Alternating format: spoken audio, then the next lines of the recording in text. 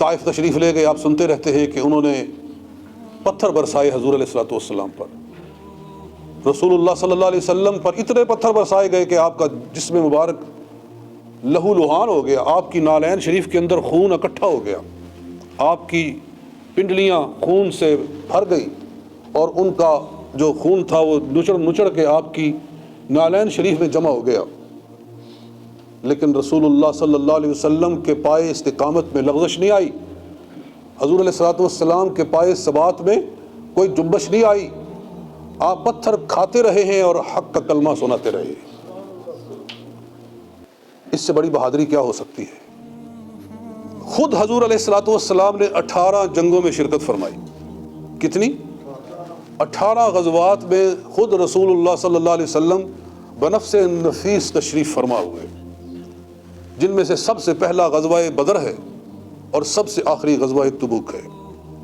غزوہ تبوک سے حضور علیہ الصلوۃ والسلام واپس تشریف لائے، 6 مہینے آپ مدینہ شریف میں رہے اور پھر حجۃ الوداع کے لیے آپ تشریف لے جاتے ہیں اور حجۃ الوداع سے واپسی پر سرکار کا وصال ہو جاتا ہے۔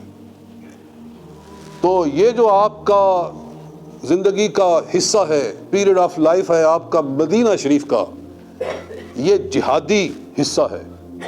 آپ نے ریاست قائم کرنے کے بعد جہاد شروع کیا اور دین کو غالب کیا، جہاد کے ساتھ کیا، اور میں کہتا ہوں جب بھی دین غالب آئے گا جہاد کے ساتھ آئے گا۔ تو حضور علیہ الصلوۃ والسلام نے 18 غزوات میں خود شرکت فرمائی، اور صحابہ کرام رضوان اللہ تعالی عنہم اجمعین کہتے ہیں کہ جب جنگ ہوتی تھی تو کفار کے سب سے جو قریب ہوتا تھا وہ رسول پاک صلی اللہ علیہ وسلم خود ہوتے تھے۔ ہم سرکار کی پشت کے پیچھے ہوتے تھے، آپ کی پشت مبارک کے پیچھے ہم پناہ میں کھڑے ہوتے تھے، اور ہمارے فرنٹ پہ سب سے آگے جو ہوتے تھے وہ خود امام الانبیاء صلی اللہ علیہ وسلم تشریف فرما ہوتے تھے۔ یعنی ایسا نہیں ہوتا تھا کہ حضور سرکار دو عالم صلی اللہ علیہ وآلہ وسلم کہیں پیچھے بیٹھے ہوئے ہوں اور لوگوں کو آگے کیا ہوا ہو، آپ خود سب سے آگے کھڑے ہو کر جہاد میں شریک ہوتے تھے۔ اور پھر آپ کو غزوہ احد کا واقعہ میں نے پہلے بھی سنایا تھا، پھر اس کی طرف اشارہ کر دیتا ہوں، اور بھی میں نے آیہ مبارکہ بھی پڑھی ہے اس کے بارے میں کہ مسلمان جیتی ہوئی جنگ ہار گئے، اللہ کے محبوب کا ایک حکم پورا نہ کر سکے، تو اس کا نتیجہ انہوں نے دیکھا کہ خود حضور علیہ الصلوۃ والسلام ان کے درمیان میں موجود ہیں، لیکن پھر بازی پلٹ گئی۔ تو جب بازی پلٹی، افراتفری پھیلی، تو کوئی ادھر بھاگ رہا ہے، کوئی ادھر بھاگ رہا ہے۔ ایسے میں سرکار دو عالم صلی اللہ علیہ وآلہ وسلم بہادری اور استقامت کا پہاڑ بن کر تشریف فرماتے کھڑے تھے۔ اللہ تعالیٰ ارشاد فرماتا ہے اذ تصعدون ولا تلوون، چوتھے سپارے میں، جب تم بھاگے جا رہے تھے پہاڑ کی طرف، ولا تلوون، پیچھے مڑ کر نہیں دیکھتے تھے، والرسول یدعوکم فی اخراکم، اور تمہارے رسول محمد صلی اللہ علیہ وآلہ وسلم تمہاری ایک جماعت میں کھڑے تمہیں پکار رہے تھے کہ ادھر آؤ، میری طرف آؤ، میں یہاں کھڑا ہوں۔ گویا وہ جو ایک جماعت کھڑی تھی، وہ جو بھاگی نہیں ہے، وہ بھی اس لیے نہیں بھاگی ہے کہ خود حضور ان کے درمیان کھڑے تھے، یعنی ان کی جو استقامت تھی وہ بھی حضور علیہ الصلوۃ والسلام کی وجہ سے تھی۔ سرکار کھڑے تھے تو آپ کے ساتھ لوگ کھڑے تھے۔ اور میں نے پہلے بھی کہا تھا، پھر کہتا ہوں کہ ایک مسکنسیپشن پھیلائی جاتی ہے کہ احد کے اندر سارے بھاگ گئے، صرف حضرت علی کھڑے رہ گئے حضور صلی اللہ علیہ وسلم کے ساتھ، ابو بکر بھاگ گئے، عمر بھاگ گئے، فلاں بھاگ گئے۔ تو یہ سب سے بڑا جھوٹ ہے، اور اللہ تعالیٰ قرآن پاک میں فرماتا ہے فَنَجْعَلْ لَعْنَتَ اللَّهِ عَلَى الْكَاذِبِينَ، جھوٹوں پر اللہ کی لعنت ہے۔ تو کیوں جھوٹ بولتے ہو؟ اللہ کا قرآن کہہ رہا ہے وَالرَّسُولُ يَدْعُوكُمْ فِي أُخْرَاكُمْ، رسول پاک صلی اللہ علیہ وسلم تمہاری ہی ایک جماعت میں کھڑے تمہیں پکار رہے تھے۔ اللہ تو فرما رہے کہ جماعت میں کھڑے پکار رہے تھے، اور تم کہتے ہو کہ ایک کھڑا رہ گیا باقی سارے بھاگ گئے۔ تو تم سچے ہو یا اللہ کا قرآن سچا ہے؟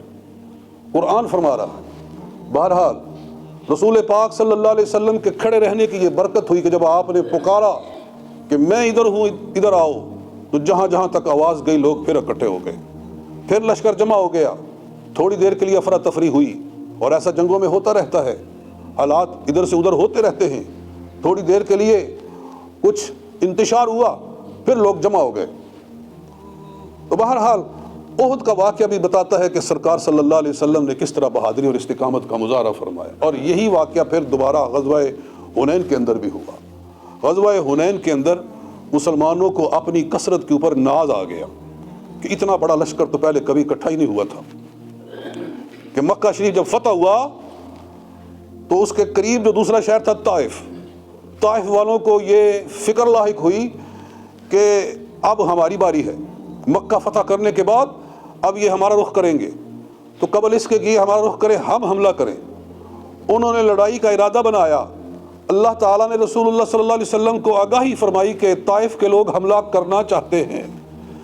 رسول اللہ صلی اللہ علیہ وسلم کی ہمیشہ سے یہ سنت مبارکہ تھی، آپ کی یہ عادت مبارکہ تھی، اور یہی آپ کی بہادری ہے کہ جب آپ کو معلوم ہوتا تھا کوئی قوم آپ پر حملہ کرنے والی ہے تو آپ ان کو موقع نہیں دیتے تھے، اس سے پہلے کہ وہ حملہ کریں نبی علیہ السلام لشکر لے کر خود ان کے سر پہ جا کر کھڑے ہو جاتے تھے۔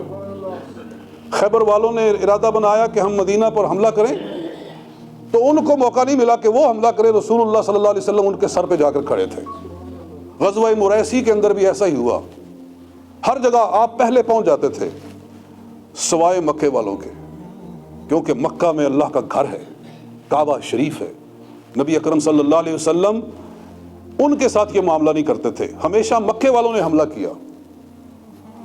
رسول اللہ صلی اللہ علیہ وسلم نے اگر حملہ کیا ہے تو صرف اس موقع پر جب فتح مکہ ہوئی ہے، حضور علیہ السلام کو بتا دیا گیا تھا کہ اب ان کی قوت خاتمہ پذیر ہو چکی ہے، اب بس آپ نے جانا ہے اور مکے کے دروازے کھل جانے ہیں۔ چنانچہ ایسا ہی ہوا، بغیر کسی لڑائی کے، بغیر خون ریزی کے مکہ مکرمہ فتح ہو گیا۔ تو یہ بہادری ہے رسول اللہ صلی اللہ علیہ وسلم کی۔ آج ہمارا یہ حال ہے کہ ہمارے حکمران لرزتے پھرتے ہیں، کانپتے پھرتے ہیں، ایک کال آتی ہے اوپر سے تو ہمارے جرنیلوں کے پیشاب نکل جاتے ہیں۔ جی جب یہ حالت ہو تو پھر کامیابی کیسے آئے گی؟ صرف دعائیں ہم کرتے ہیں کہ اسلام غالب آئے، اسلام غالب آئے۔